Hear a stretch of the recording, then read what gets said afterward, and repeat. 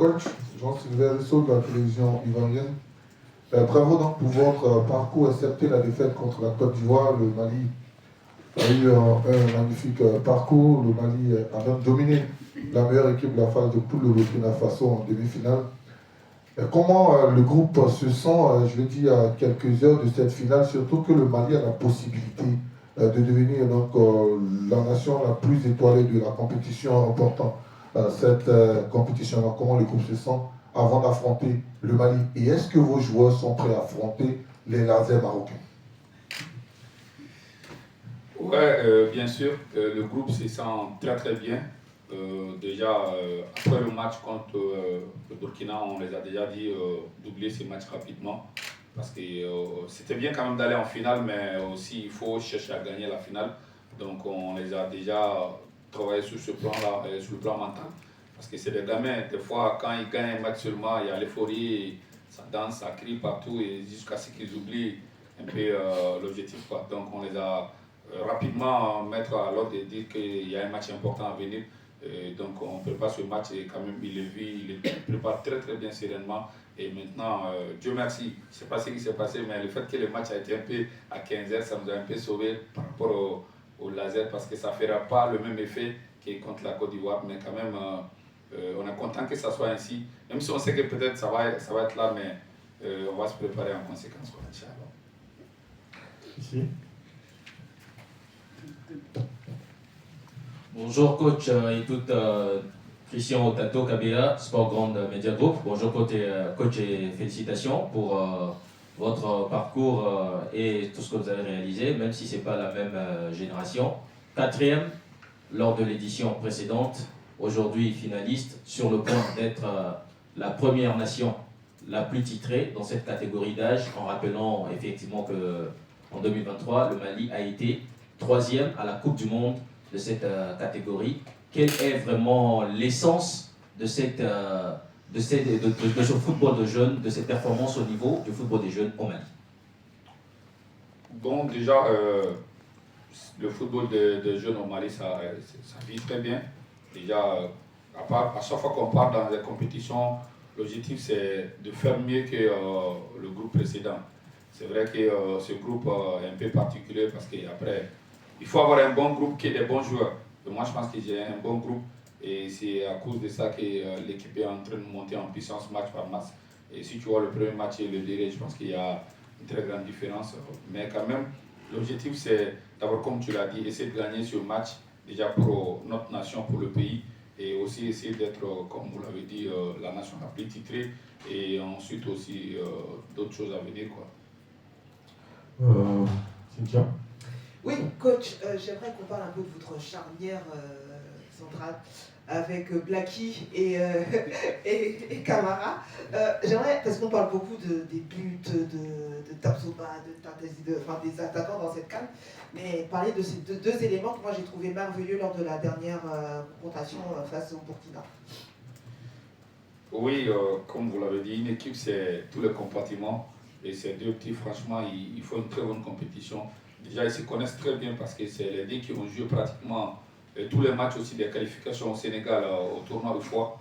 Donc après, à Bamako, je pense qu'ils sont même amis. Ils font beaucoup de choses ensemble. Donc du coup, ça les facilite un peu le boulot sur le terrain. Ils se parlent très bien, ils se comprennent.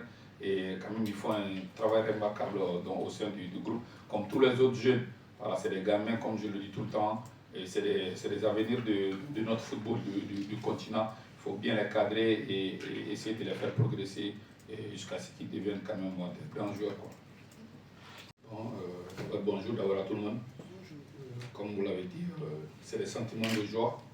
Déjà, quand on quittait chez nous au Mali, on s'était dit que l'objectif c'était d'aller le plus loin possible dans cette compétition. Donc jouer la finale déjà c'est un immense plaisir, mais aller en finale c'est une chose et la gagner aussi c'est l'autre, quoi. Donc c'est un match important. On va le préparer comme les autres matchs pour pouvoir gagner, Inch'Allah. Très bien, merci beaucoup coach Chikna. La traduction, super. Donc Chikna, c'est un peu la même question. Quel sentiment anime le groupe et l'état d'esprit qui vous anime, vous et vos coéquipiers. Qu'est-ce que vous savez de cet adversaire, le Maroc, qui se retrouve pour la deuxième fois consécutive en finale? Et une finale se gagne aussi avec son 12e homme, avec son public, avec ses hommes. Vous avez suivi certainement la demi-finale entre le Maroc et la Côte d'Ivoire. Les supporters ivoiriens sont entrés au stade à partir de la 40e minute parce qu'on a demandé à ces supporters-là de présenter leur carte de séjour. Est-ce que si c'est le cas demain, là, vous ne pensez pas que ça vient un tout petit peu donc, casser, je dis, le fair play ou bien mettre à mal le fair play qui est pourtant prôné dans cette compétition?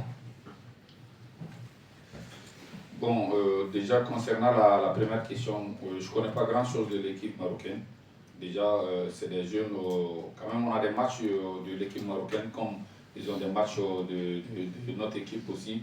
Voilà, à nous de regarder ces matchs, voir ces matchs et essayer de voir ce qu'on peut, là où on peut les faire mal et là où on peut aussi bien défendre pour ne pas qu'ils nous fassent mal, quoi. À part ça, j'ai quand même pas d'informations sur l'équipe marocaine. Maintenant, jouer contre le pays organisateur, c'est pas facile. Voilà, on sait quand même que ce soit le Maroc aujourd'hui, ça peut être la Côte d'Ivoire.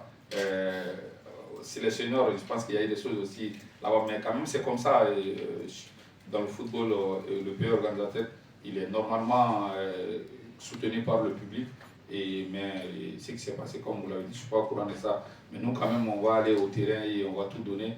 Je pense qu'on est en Afrique et on aime le beau jeu. Je pense que nous, peut-être on a la possibilité de changer les supporters marocains, à maliens. C'est possible. Si les enfants jouent très bien et qu'il y a eu des bonnes choses, je pense qu'entre le Mali et le Maroc, c'est de l'amour. Donc ça peut changer. Donc du coup, je pense que ça va être ainsi et que le meilleur gagne. Ok, donc on va prendre une autre question, si vous le voulez bien. Non, coach, je vais peut-être vous poser moi la dernière question avant de conclure. Coach, c'est un peu dans le même sens que les journalistes par rapport à l'adversaire. Vous affrontez les pays hôtes, ce qui est peut-être un peu différent de ce que vous avez eu à jouer depuis le début de la compétition. Donc à la veille d'un match comme ça, quel message vous transmettez à vos joueurs justement pour aborder un match avec peut-être une pression extérieure différemment de ce que vous avez eu à faire ou à avoir depuis le début de la compétition? Bon, déjà, moi, comme on le dit tout le temps, les gens le disent, c'est devenu une adage dans le football qui est une finale, ça se gagne, mais moi je ne suis pas un peu de l'avis de dire que ça ne se joue pas. Moi je pense qu'une finale, ça se joue aussi. Voilà, si tu joues bien, et je pense que c'est facile de gagner que de jouer mal et chercher à gagner. Donc moi je compte déjà sur mes jeunes et je sais quand même que j'ai fait un travail depuis Bamako jusque là, qui est déjà le travail mental. On était prêts, on savait que le Maroc quand même allait partir loin dans cette compétition. Donc on savait que peut-être ça pouvait tomber sur le Maroc. Donc aujourd'hui c'est tombé sur eux, on va se préparer en conséquence. On sait que ça ne va pas être facile, mais c'est normal qu'ils soient soutenus, comme je l'ai dit, par leur public. Mais nous, ça ne sera pas la première peut-être qu'une équipe gagne le trophée devant le pays organisateur. C'est possible, donc on va se donner les moyens et on va commencer, depuis le match on s'est qualifié déjà pour la finale. Ce travail a commencé et on savait que ça allait être compliqué, mais on va bosser là-dessus encore jusqu'au jour du match et Inch'Allah pour pouvoir gagner ce match. Voilà, s'il n'y a pas d'autres questions. Coach, on vous remercie. Une question pour le joueur. Alors, jeune, c'est jamais facile de jouer le pays organisateur. Vous êtes en finale, vous allez affronter le Maroc qui sera poussé par son public là. Comment est-ce que mentalement, je veux dire, le groupe malien ou les Aiglonnais se préparent pour affronter le pays hôte, le Maroc? Voilà, amala ko amano ka kula memba ka sego inu ga nyoma soro final keneka yala machi ani Maroc dem na nyoma soro machi jekulu gono ayre awala ka laben chugo di ngode afan fe mandana an Maroc no soro Deuxième déplacement, troisième voyage, vous étiez à l'aube de la compétition à Berchid, ensuite vous êtes venu ici à l'Arbizaouli, vous serez à Mohamedia, ça fait beaucoup de voyages. Est-ce que vos garçons ont eu le temps véritablement donc, de récupérer? Est-ce que vous connaissez l'état de la qualité de la pelouse du stade Mohamedia? Bon là, on ne le connaît pas déjà parce qu'on m'a proposé d'aller voir, mais je me suis dit que non, c'est pas important parce que même ici, on n'est pas venu voir le terrain. À Berchid aussi, c'était pareil. On partait juste pour jouer, quoi. Parce que je me dis que c'est quand même des très bons stades, mais souvent, il y a trop de distance. Ensuite, tu quittes ici. Nous, on n'est pas loin d'ici. Et pour aller juste là-bas, juste pour aller faire 10 minutes, 15 minutes pour regarder le terrain, pour moi, c'est pas important. Le jour du match, ils peuvent venir avant de rentrer dans le vestiaire, ils peuvent aller regarder, marcher un peu sur le terrain. Et ensuite, maintenant, concernant la récupération, moi, je pense que j'ai un staff complet. Déjà, les kinés et les médecins, depuis après le match contre le Burkina, ils sont en train de beaucoup travailler sur ça. Et on a eu des séances de récupération en faisant de la chirothérapie et aussi des séances de massage comme tous les matchs. Donc aujourd'hui, je pense que les enfants, ils ont quand même récupéré déjà des matchs. Quoi. Bonjour coach, Wakou Sabi, journaliste de Côte d'Ivoire. Vous avez regardé le match de la demi-finale contre la Côte d'Ivoire. La pelouse, les 15 premières minutes étaient trempées. Est-ce que vous vous êtes disposé, je ne sais pas si vous avez des crampons pour ça, mais est-ce que vous vous apprêtez aussi à un tel scénario? Bon, déjà, en venant à la compétition, on dit aux jeunes de prendre la précaution concernant les chaussures. Déjà, ils ont quand même des chaussures adaptées pour ça aussi, parce qu'on ne connaissait pas les stades avant de venir. Donc, du coup, on les dit quand même d'avoir des chaussures adaptées surtout pour tous les terrains.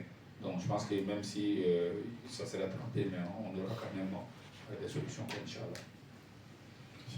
Bonjour coach. The last game that you lost, Master, the last game that you played, Master, you exposed some areas that you need to improve as you go to the World Cup. What are some of these key areas that you think the team needs to improve ahead of your World Cup debut? Ok, coach, par rapport au dernier match que vous avez disputé, quels sont peut-être les points clés que vous pensez pouvoir améliorer pour faire de très bons débuts au niveau de la Coupe du Monde? Déjà, sur tous les points, parce que c'est les jeunes, même s'ils gagnent des matchs, je pense qu'ils ont beaucoup de choses à apprendre encore, à améliorer. Donc on va encore beaucoup travailler sur le plan mental, parce que comme je le dis tout le temps, c'est les gamins, il ne faut pas juste qu'ils jouent sur les qualités techniques, mais il faut aussi un travail mental derrière, pour leur dire que le talent ne suffit pas aujourd'hui pour gagner un match, mais quand même il faut d'autres boulots, que ce soit sur le plan psychologique, sur le plan physique. C'est les gamins, c'est vrai, il faut qu'ils soient là très bons physiquement et aussi tactiquement, et c'est notre boulot à nous. Et on va continuer à faire ça tous les jours, les montrer comment on doit jouer quand on a le ballon et comment on doit défendre aussi quand on n'a pas le ballon, parce que c'est très important. Merci coach. Ma question est pour toi, Chekna. Alors, c'est ta première Coupe d'Afrique des Nations U17, un premier pas dans cet univers des compétitions CAF. للمزيد من المعلومات ما تنسوش تابونا وتفعلوا الجرس باش يوصلكم جديد لو سات تيفي. هذا البرنامج قدم لكم من طرف كوتي سبور. كوتي سبور منتوجة المغربية للألعاب والرياضة. MDGS نربحوا الرياضة.